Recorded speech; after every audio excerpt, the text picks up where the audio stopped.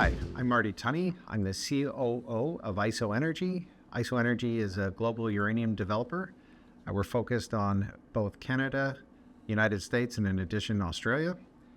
Our core asset is our hurricane deposit, high-grade hurricane deposit in the Athabasca Basin. It is the highest grade resource globally.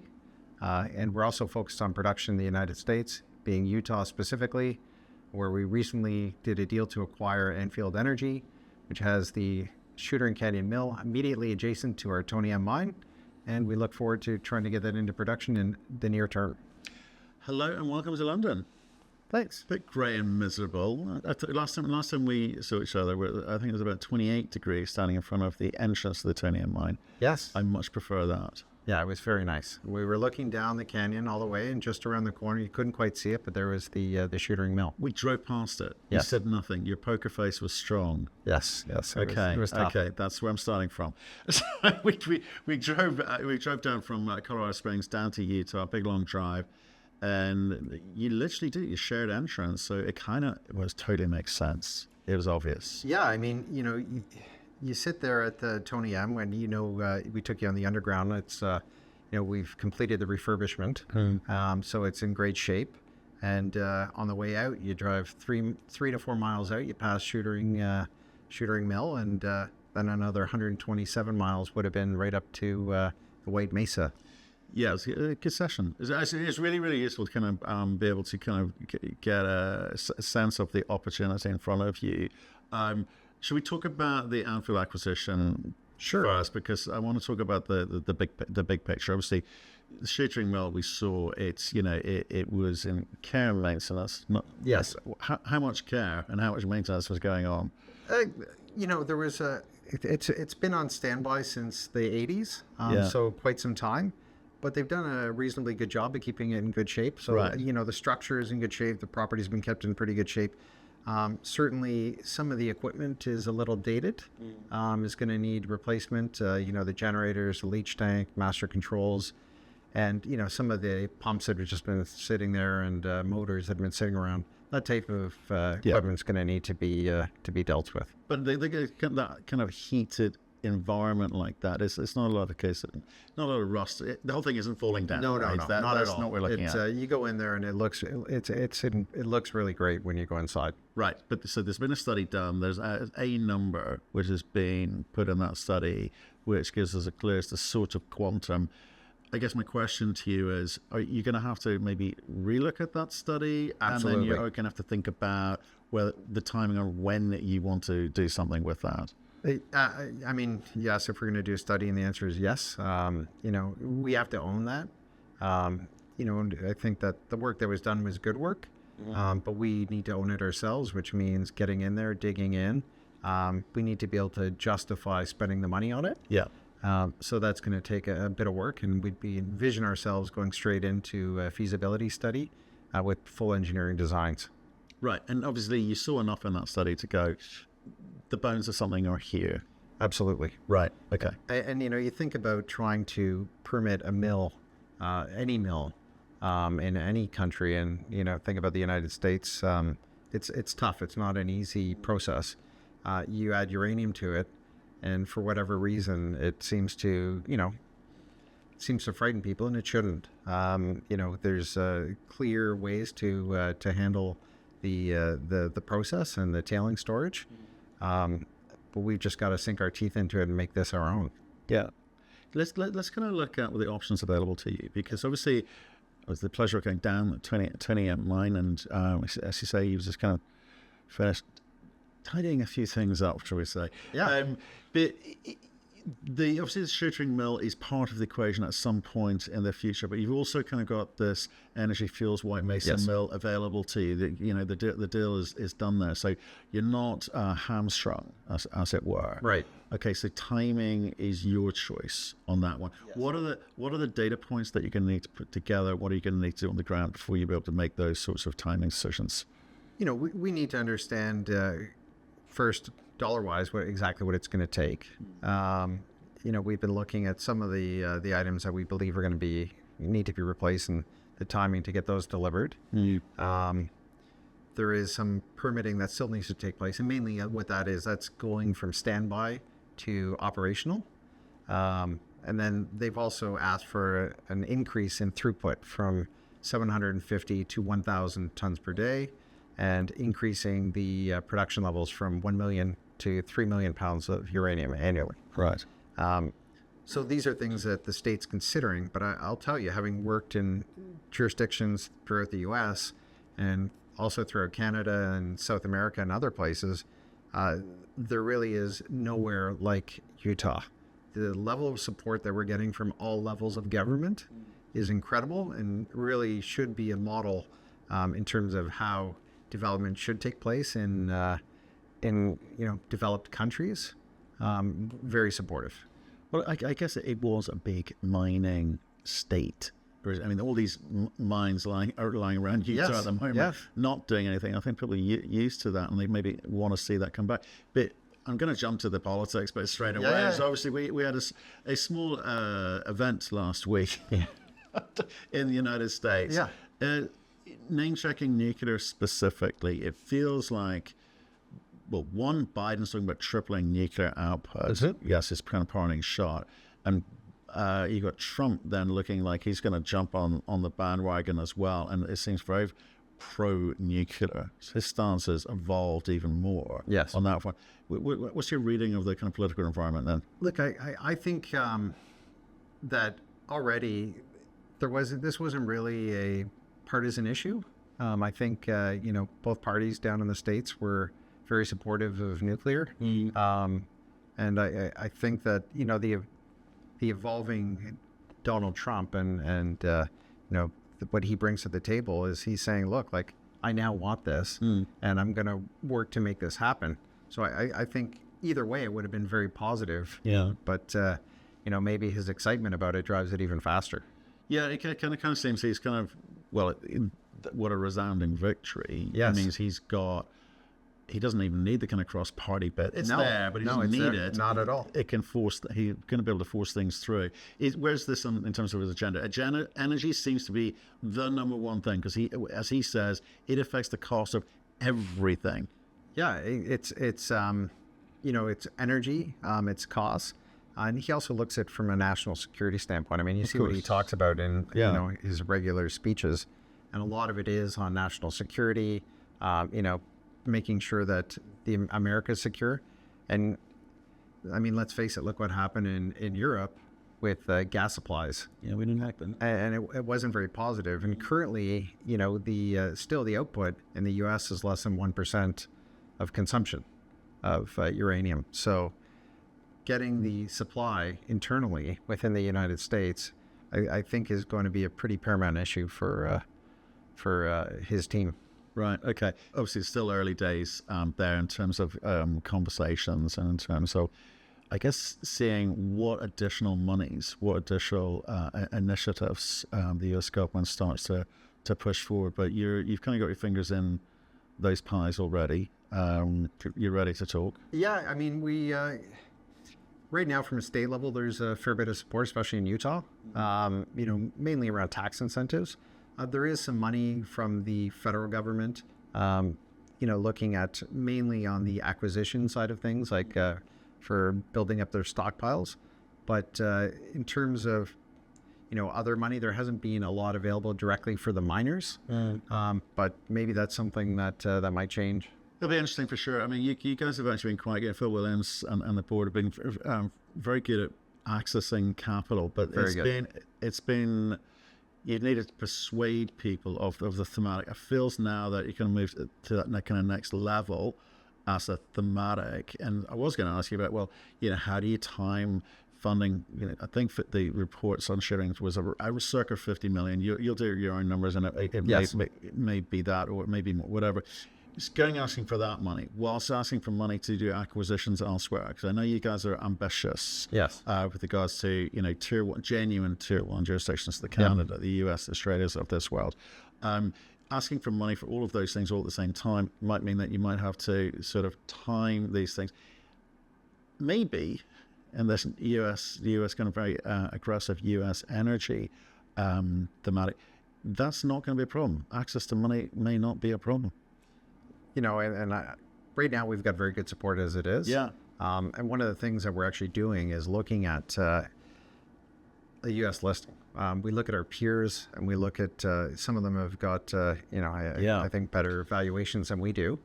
And we look at what are the differences. And in my mind, and some of the members of the team have other ideas.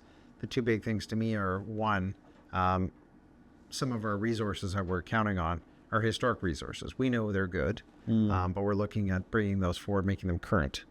So we can talk about them properly versus being a current or being a historic resource.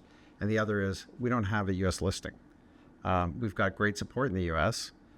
People like us having the U.S. projects. And our belief is that when we do finally get into a U.S. listing, when we aren't fully committed to it, but we're certainly investigating it, that is going to be a bit of a game changer for some of the people and some of the funds down in the U.S. that like to invest in uranium. Well, and dramatically change your register, I'm sure. Yes. So there's a few things going on there. There's money required, which I think the general consensus is there's going to be more of it available. So I think it feels like good news. People, that's the hard bit. A lot of conversations I've had over the past sort of month or so have been around recruitment in this space. It's harder than people realize. It's more expensive than people realize. And even if you can throw money at the problem, there's not enough good people out there. There's a lot of poaching going on at the moment. Yeah. How are you guys getting after that? We're going to have to really focus kind of on one project at a time for project level. And when I say project, more like jurisdictions, because I do count, our Utah projects is almost one single project. So when we look at that, I can say, okay, well, this was a very strong mining jurisdiction historically, and you met some of the folks who worked for us. Some of them are multi-generational, miners. They their grandfathers were miners, their dads were miners, and they're happy to join us. And some of them, at least one of them has never mined before, but excited. And some of them are guys that have been around for both of the previous cycles, right? And, they're getting to the point where they're happy to pass on this knowledge and train up the new group. And the communities we work in, there is a lot of demand for good paying jobs. Yeah. And that don't exist right now. But some of the people want to live in those communities. They're already there. They just want to change what they're doing. Yeah. And that's where some of the skills training comes in through, Utah. We talked about state money available. Yeah. And that's along the lines of where some of that comes into play. It's kind of interesting because it's, like I say, I don't think money is the long pole in the tent here, which it usually is when you're talking about explorers or advanced explorers. It's the people finding them. It's the training. Yeah. And then that drives the kind of ramp up. So that's the expectations management that you're going to have to do, I suspect, in the marketplace here. And rather than being able to attack multiple projects at the same time, it's going to have to be staged, I guess. Yes. Yeah. And we have training. You work out your schedules in terms of development and production, and how long everything's going to take, and we build into that that hiring process who we're going to need at what stage, and we plan a lot further in advance for when we need someone on. We'll, depending on the role, we will plan that out much further in advance. And if we find someone right away that looks pretty good, we got to hire them now and carry them along a little further than we had initially planned, because you're right, otherwise it's efficient in the long run. It is. It is. And for some of the higher level roles, the more skilled roles as well, I mean, you're right, it's competitive, and that's part of the boom and bust of mining. People go away and they find new things to do when the cycle turns off, and you have to find some new people to come in and fill that void. Well, it's a challenge indeed, but it's a great opportunity. Yeah. Rather have that problem than other problem, like no access to money, right? Okay, I think what people don't realize, and a lot of people won't realize, is along with the Anfield deal, was not just the mill, it became a lot of property as well. So you're going to have to sort through that and work out what's in and what's not, what gets advanced, what doesn't. So you tell me that process. Yes.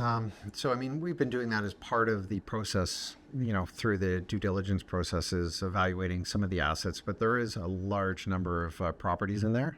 And our team, both from an engineering standpoint, from an exploration standpoint, have been looking at an operational standpoint.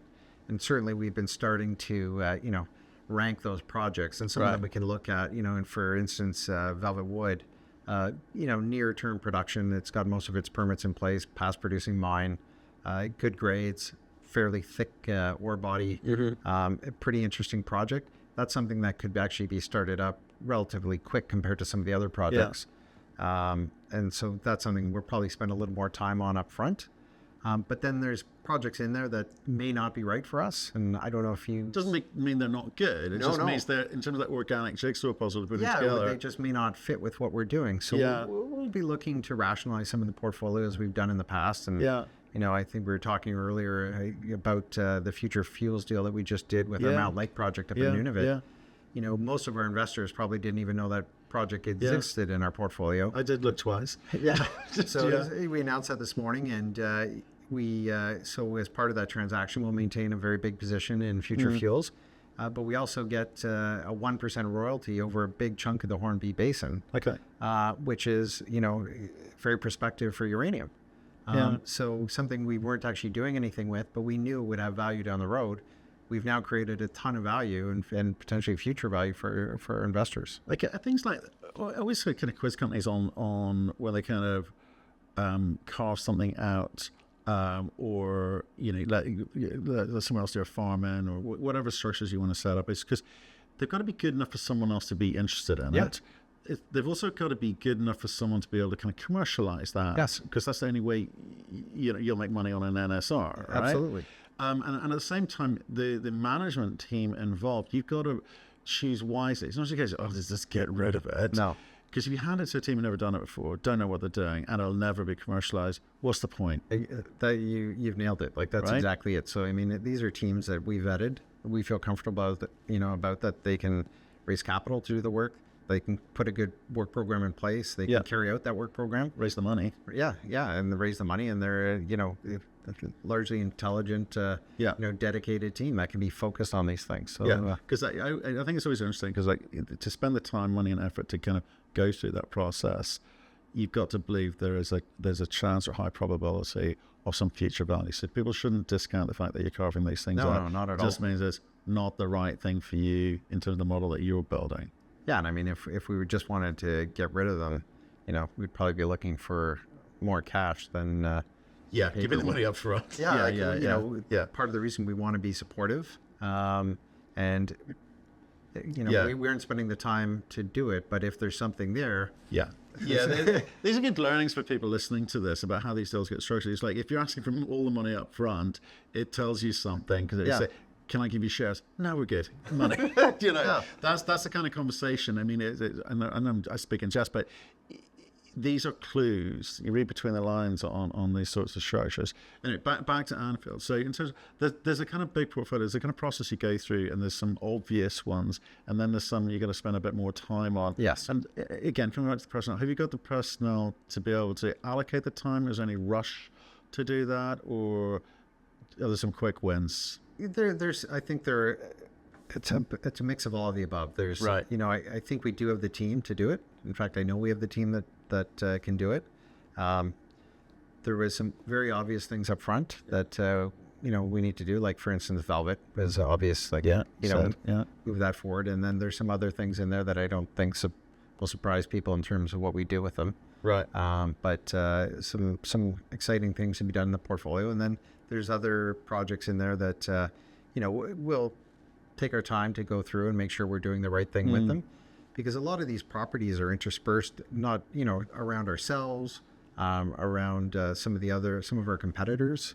Yeah. We want to make sure we're getting the full value when we do something with these projects. Yeah, and I'm kind of interested in the kind of future value too. Not just today, but the future value and how you can bring that story together. Because you've kind of got the optionality with White Mesa Mill. Yep. You've got obviously Shootaring Mill, and when you time that, you've got a bunch of mine assets in and around and further afield, and you've potentially got some other, companies as well, here owns the mine, owns the district sort of mentality, and how you kind of time and layer that feed coming through, because companies get valued on scale and margin. Yes. Right?